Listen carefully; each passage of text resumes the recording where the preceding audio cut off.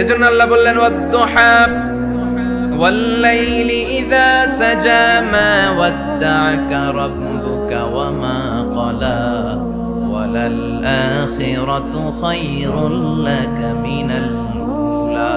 এরপর আল্লাহ বললেন নবী ওয়ালাল আখিরাতু খায়রুল লাকা মিনাল উলা, and verily indeed the hereafter is far better for you than this dunya.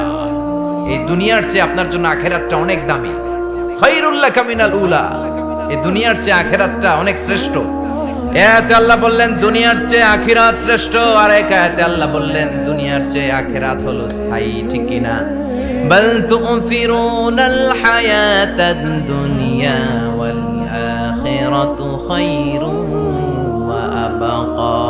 তোমরা দুনিয়ার জীবন নিয়ে পাগল পাড়া হয়ে থাকো, আল্লাহ বললেন দুনিয়ার জীবনের চাইতে আখিরাতের জীবন শ্রেষ্ঠ এবং স্থায়ী, ঠিক কি না?